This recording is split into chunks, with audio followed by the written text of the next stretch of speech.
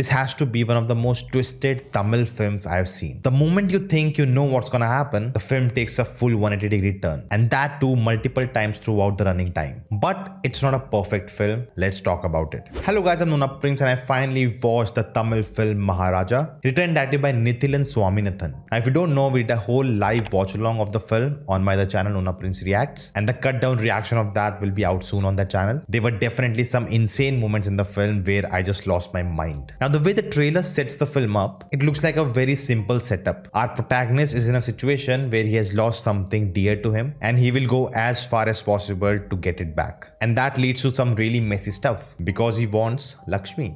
And watching that, we are sold for the film. We want to watch it. But I couldn't watch it in theaters because it didn't release near me, sadly. But now the film is streaming on Netflix in multiple languages. And if you're someone who has not seen the film, I'll give you an advice: just go and watch the film without knowing anything about it. That will give you the best experience of watching it. And I feel there's no point talking about the film without getting into spoilers. So if you have seen the film, then only continue watching the video. You have been warned. Now, the first thing that happened after I finished watching the film is seeing people compare it with the Korean film Old Boy and the Malayalam film Irata. But I feel it's not apples to apple, and I'll come to it later in the video. But first, let's talk about the hero of the film, which is the screenplay. Without any doubt, the film is very much non-linear, but they make it look like as if we are watching a linear narrative. And that's why when the reveals happen, it takes you by surprise. The film keeps giving us information in small chunks, and we as audience take it and interpret it in our own way, thinking we have understood the scene. But no, the film is playing with us. We are shown one moment from the life of these characters, and we add our own context around it for it to make sense for us, until the film gives us more information about that scene, adds context to it, and screws over our interpretation. Whatever sense we are making of the narrative, suddenly we are proven wrong. And that's the whole fun of watching a film like this. And it does it multiple times over. And that never gets predictable or repetitive. They are not doing it as a gimmick. The film is not showing the audience a fooled you card multiple times. The screenplay is inherently designed in that manner. It's definitely not the case that the script was in linear manner, and after shooting the film, in the edit they decided to shift things over to make it interesting. The illusion of the linear storytelling that the film is making us believe is part of the script and the screenplay itself. And what helps sell it is the editing, because the scenes are placed in a way which makes us feel that it's all happening in the same timeline. But when the cross connection happens between multiple timelines, we are just thrown off because we didn't expect it. The first time it happens in the film is the bar scene, where in scene A, we see the scene play between two characters and it gets over. But then later in the film, we go back to that scene but from a different perspective, and you realize our protagonist was present in that moment, and that adds a lot of different context to it, which leads to another revelation. That scene A sets up that character, then we get to know he's missing. We have no idea, maybe he ran away. But then when we come back to this moment from different context, that leads to the revelation why he went missing. So it all comes together when we have all the information. Then let's come to the barber shop scene, which is one of the biggest WTF twist moment. The first shot of the film is in the barber shop, where we see Vijay Sethupathi, quite young, and that he works there. We learn that information. Then the accident happens, he loses his wife. Then we are shown now he runs the barber shop, he is the owner. Now the second track of the antagonist, which is played by Anurag Kashyap, we are seeing his story, that he's a thief. They kill people in night and steal from them. In the daytime, he runs an electronic shop. He has a family and a kid. Now nothing between these two tracks tell us that they are happening in different timelines. Now in the second track, when Anurag Kashyap needs a haircut, he needs to go to a barber. And we know in our mind, Vijay Sethupathi owns the shop, so he's gonna go to him. But we are wondering, he's always at the police station. How will he find him? And when Anurag Kashyap reaches the barber shop, it looks familiar but different. And then the moment he walks in, we go back to the first scene of the film, which was again a great setup for this moment. Quickly we realize it's all happening in two different timelines. And all the theories we had made up until this point of what will happen in the film, all of it is gone. Such a genius screenplay writing. And I have to give it to the makers here that they don't play this scene to be really important. They don't make it slow motion, no use of grand music,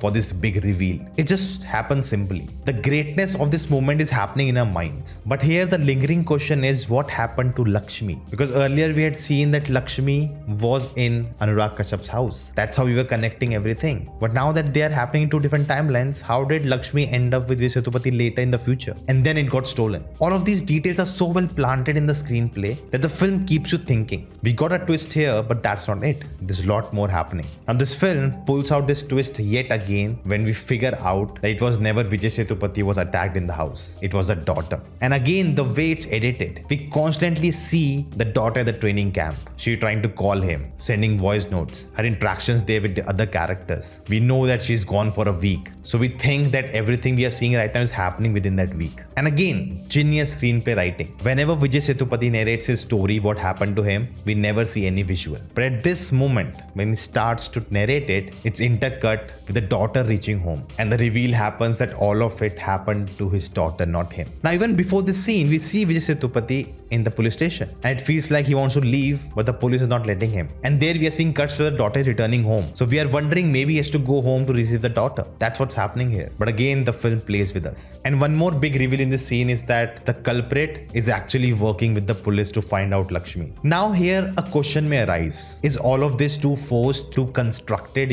brought together, too many coincidences? And my answer to that is, if you edit the film linearly, arrange everything in the order they happen, the film will still make sense. There are not really many loopholes there. And that's why everything that happens feels organic. And the non-linear narrative makes it more exciting to watch. Now coming to the comparison with Old Boy and Irata, I feel in this film it's more about fate and karma. Those are the concepts the film is dealing with, which is more similar to, I feel, Irata than Old Boy. That Korean film is all about revenge and everything that happens is planned. And at moments you feel it's overdone. And that's why that film is very different than Irata or Maharaja. Now with Irata also the screenplay structure is very different. The way the stories are told are very different. Irata is more of a family dynamic present there with two brothers, and there they dive a lot in the backstories and many things are taking place, and that big twist feels more of a shock value. Whereas with Maharaja, it's very cutthroat. There's literally no extra fluff except one thing which I'll talk about. Maharaja as a film is also trying to say that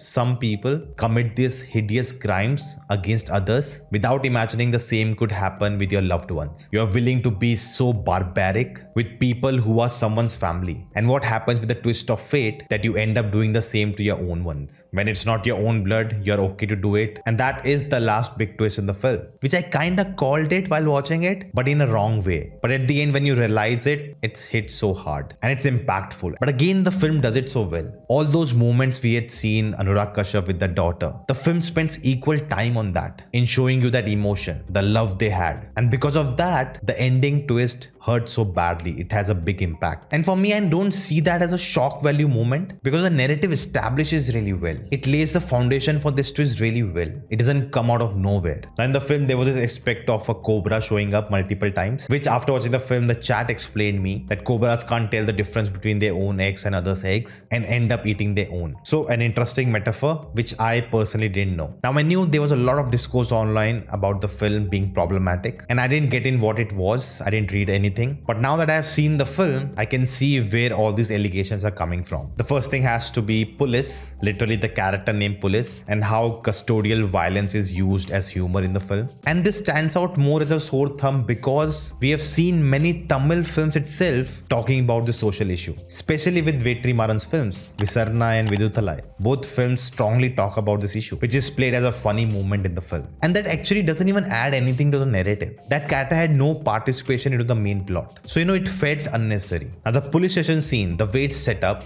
is inherently very funny because the situation is funny. It's very much like a scene from Anurag Kashyap film where you just let things happen. Give the actors all the freedom to perform it the way they want. And you have Vijay Sethupathi with you, who's a master at this. Just let him cook the scene. It will turn out to be epic every time. But the film adds unnecessary comedy elements to it, which really ruins the moment. The overacting by the police characters, the strong comedic BGM playing, which is like spoon feeding the audience, oh, this is a funny scene, laugh now. So it felt like, it was a great scene they had, but they overdid it. Now with the police also, there was this interesting arc going on, how they're using a loophole, using thieves to go steal from, rich people who are actually corrupt people. And when you steal from them, they will not have the right papers to show. It's kind of a Robin Hood plan where everyone is, making money. And it was interesting how they used that with Vijay Sethupathi's case. But that big reveal we get later in the film, that they know the real story behind Vijay Sethupathi, what he's really after, which again is very well established in the film, but we just don't think about it. But then the problematic part was them helping Vijay Sethupathi. This sentiment of revenge and vengeance, that these people commit a horrible crime and they deserve to die for it, and as police you are letting it happen, is not setting a right precedence. To live in a civilized society, you cannot have people take law in their hands if something wrong happens to them. If everyone started doing it, it will soon become a lawless land and will not be a great place to live. So when the character does it, takes laws in own hand, it is justifiable in a way. But when the police in the film, who signify as a protector of the law, also justify it all, then there is a big problem. Now another issue that always rises up where a film is dealing with a hideous crime like this, that you're using this crime just as a plot point to sell your film, to justify the action and the violence the men are committing. Now there are different ways to look at it, each to their own, but how I see it in respect to this film, if you see, we don't learn about this crime until I think last 10-15 minutes of the film. So if the film really wanted to use it as a plot point to justify everything, they would have revealed that fact from the start of the film, because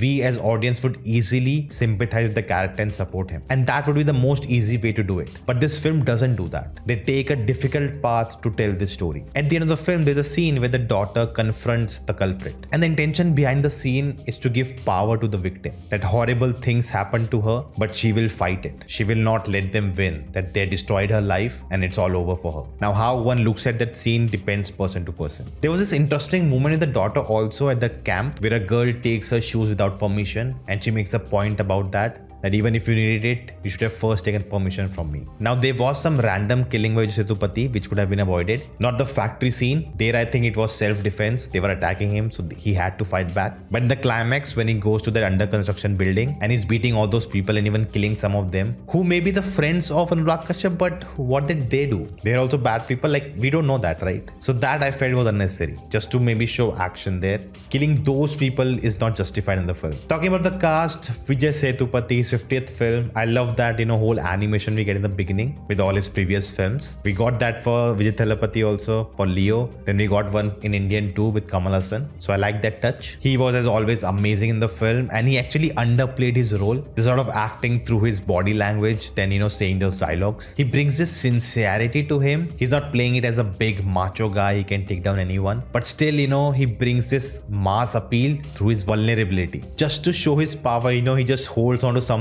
and doesn't let it go. How determined he is and how strong he is. But he's not using that to, attack someone until it's really, really needed. Even in the scenes where he has to show pain, the rage in his eyes, it's always lovely to watch him on screen. Now we had Mamta Mohandas also in the film, which I don't think her character added anything to the narrative, but she played a PT teacher who doesn't let go of her class because the math or science teacher wants to use it to finish the syllabus. Oh my god, we need more PT teachers like this. But the biggest revelation in the film was Anurag Kashyap. Oh my god, who knew he's such a great actor? He has acted before, but nothing ever has stood out like this. But his performance here, it felt like only he meant to play this role, and there are some really heavy moments that he's able to pull off, especially in the climax. Definitely more of him. Now I had made a list of top 10 films of 2024 in the first 6 months, which you can check out here, but I hadn't seen Maharaja till then. So big question is, will the film make it to my top 10 or not? And the answer is, it will. But whose place will it take? You can check it out here. Do let me know your thoughts in the comments below, and I will see you next time.